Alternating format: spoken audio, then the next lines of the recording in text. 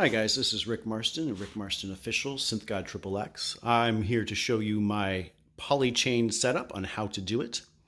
I have a very different setup than everybody else because I'm using a Korg workstation as the master controller in this MIDI chain. But it's pretty simple, as you can see. I have MIDI out from my Korg Karma, the black MIDI cable, going to the MIDI in on my stage 2 purple Moog Phatty. The orange is the MIDI out, so that goes into the MIDI in of my first slim, and I have a MIDI through. That MIDI through goes into the MIDI in to the through, to the in to the through. I think you guys are kind of seeing what's going on. The very last slim Phatty at the very bottom just has a MIDI in. Now the manual does say that you should do the handshake back to your controller again, but I'm not going to do that. I really don't need to. It doesn't really do anything important. Now, I don't need to change anything on my MIDI controller or my master control keyboard. Now, if you were just using a slim and a slim, you would do MIDI in to MIDI out. And then in your second module, you would do a MIDI in to a MIDI through. And then on your third, you would go to in to a through, etc. But the first in the module setup would be MIDI in to MIDI, MIDI out to MIDI in, and then a MIDI out to the next module. That's what it states in the manual itself. So you're going to really need to do it differently than what I do, just by one cable in one different hole. Very cool. So it's very simple. The main outs on all of the main keyboards go straight to my multi-channel mixer that you see in the back there, which is I've got basically 5 channels of this mixer filled up for it, and that goes directly into my BR600 with no effects. And yes, you are going to need a separate mixer or a mixer with enough channels. You see I've got 5 channels here, 1 for each voice. You see number 2 in my chain is a little bit lower than the others because for some reason the output of my first slim is a little bit higher than the rest of the pack, I guess you can say. So I've got it to where they all sound just about as close. And even in my recordings, you can hear certain ones maybe a little bit louder, and you just got to change them all. Now, one of the things I do have to say is when you power them on, make sure that all of your slims are either at full volume. I don't know why, but that just works because when you control the master, say if this was the first in the chain, that would be the master. But since it's not in my chain, this is the master. I would control the volume of all the voices together on this one purple Phatty, which is really, really cool. Remember, all things that I control on this panel controls the rig, the other voices, as if there were one synthesizer. Now, this is not a perfect setup. You know, people who are going to freak out and says, oh, I've got a rodent out there that says, oh, this doesn't work. It's really, it's stupid. Why are you wasting your money on this? Dude, obviously you didn't get past this one thing where you might need to calibrate your synthesizers. And that makes a difference. It really does. Calibration is key because you want everything to sound uniform and together in one. So I have a separate power strip dedicated just for this setup. So as you can see, I have them all together. That's 5 channels. That's 5 synthesizers on one power strip. So as you can see, I'm going to turn these on, and you'll see them all power on at the same time.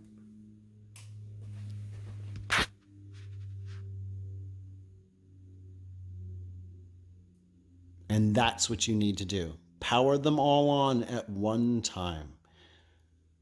You know, Moog may say, oh, you don't need to do that. You can turn them on one at a time. But every time I've powered on one at a time in my setup, some notes turn on, some don't, some volumes do not active, and some don't. So for some reason, whenever I turn my rig on all at once, this is a magical system, and they recognize themselves as one unit. Now, here's the trick. We got 20 to 25 minutes to 30 minutes. If you're a real analog person, you would know it takes a bit for your analogness to warm up. So in this case, I will let them sit for 20 minutes, and I will come back, and I'll see you in a couple seconds. Okay. I've got all 5 voices. Each one has its own channel, separate channel on my mixer here. As you can see, they're not completely even in levels because some outputs are different than others on the different serial numbers. Like the top one here is louder than the rest of them here. The bottom on here, as you can see, the LCD is a little bit dimmer than the rest of these beautiful ones. This one is a lower serial number. Oh, look, here's two new arrivals. That's Osiris on the right. And that is Isis on the left. That's our New Canyon Diablo friends from Arizona. These are from an estate sale, literally from a collection from the 1890s. That was museum in Utah in the Southwest. These were from a private collection. These are very, very rare and very, very beautiful. You're not going to find meteorites like this nowhere else. Rik Marston official, babe. Rik Marston official. Anyways, I love you. Here we go. All right, so back to this. I just want to introduce those two because they are two beautiful, massive meteorites. Anyways, so back to what I was saying here. The voices themselves, the best way to do a calibration when you're ready to do calibration, just set it to calibration, which is like the preset before your preset. So it's in between the presets 0 and 99. It's basically the in-between one. Make sure they're all set on calibration. Your next step is to go into master, push that magical button. Let's look at some of the pages and we're going to scroll through them. Okay, system utilities. That's what you want to hit. You could basically hit cursor and then turn them over. Okay, calibration. You're going to hit enter on that. Scroll over. You're going to want to do your first note calibration first and get that going. Okay, are you sure? Hit that twice, of course, and then hit sure, yes, scroll over, yes, and then hit enter. And the calibration begins. Start them for all of them. If you didn't see what I did, I hit the master button, scroll over to where it shows the version number, hit cursor, scroll to the right, calibration. From there, all you do is hit enter. Note calibration is what you want to have it on because you could do note, the pitch wheel amount, and oscillator 2. You want to at least do this one, oscillator 2 frequency, and you want to do note calibration. And it's going to take about 2 hours to get a good calibration on all these, okay? Just do it. Don't question it. Just do it. You want these all to be sounding like beautiful? Do them all together. Okay, when I'm done getting these all done, here's Crit. You're with me on this. Only takes a second, right? Enter, enter, enter. Yes. It gets really noisy, so it's getting noisy. I'm going to turn this down on my mixer, but I'm recording this so you can hear how it goes. It's noisy as hell, but we're going to do it.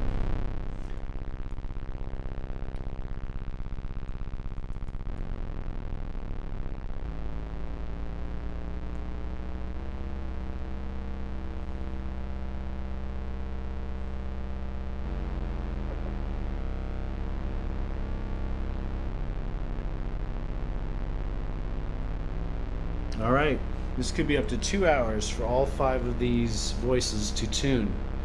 My stage Phatty and my oldest slim Phatty take the longest to calibrate, but these 3 go in 2 hours and they're perfect. So yeah, that's a lot of noise if you can hear this. Yeah. So we'll see you in 2 hours and we'll play a beautiful chord and see how they sound now that I got the mixer set up, the Midi set up, calibration set up, and oh yeah, I'm going to show you quickly to do the oscillator 2 frequency. Just as you did with the no calibration, you got to do that one too after these are all done calibrating. Okay, now that it is done, it says note calibration successful. When you are done with that, you can move on to the next thing just by pushing the master thing one more time. And you can go to the next item, which is you're going to want to do is the oscillator 2 frequency. So hit enter and select over to yes, and just do that one for all of the one. Oh, just do that one for all of the ones, and that will. It's short. It's really short for this test. It's really short. Just do the rest of your slims or your setup. You can also do the pitch wheel if you need to, but since I'm not going to be doing any crazy stuff with the pitch wheel tonight, I'm not going to worry about doing that calibration. And like I said, this one only takes a few seconds to do the oscillator to frequency.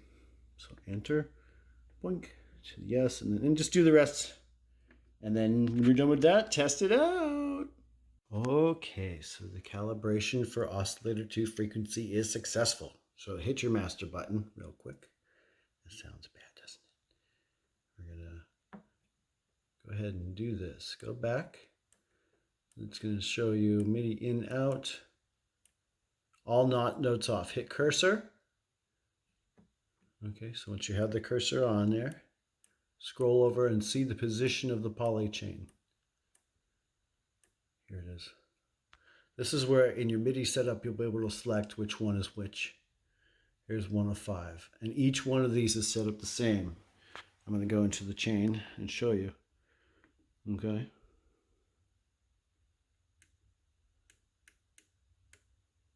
It's going to be like MIDI setup.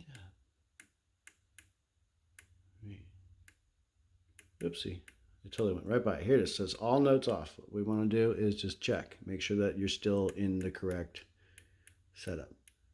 And you'll see this one is 2 of 5. Now they're all set up like that. So I don't need to check them all, but you're going to want to make sure all of them are in the correct position so the poly chain can go first note, second note, third, fourth, fifth, depending on how many voices you have set up in your poly chain. So in this sense, remember I've got these still for calibration.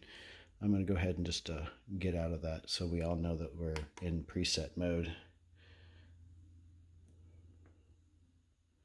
There, I guess it's preset active on all those calibrations. So I was just showing you which the poly setup is. All I do is hit preset, and I'm going to slide once. Here, I'm going to back up so you can see everybody turn at the same time. See, they're all changing. All right, let's start recording the audio and see what and how everything sounds after 2 hours and warm up and calibration.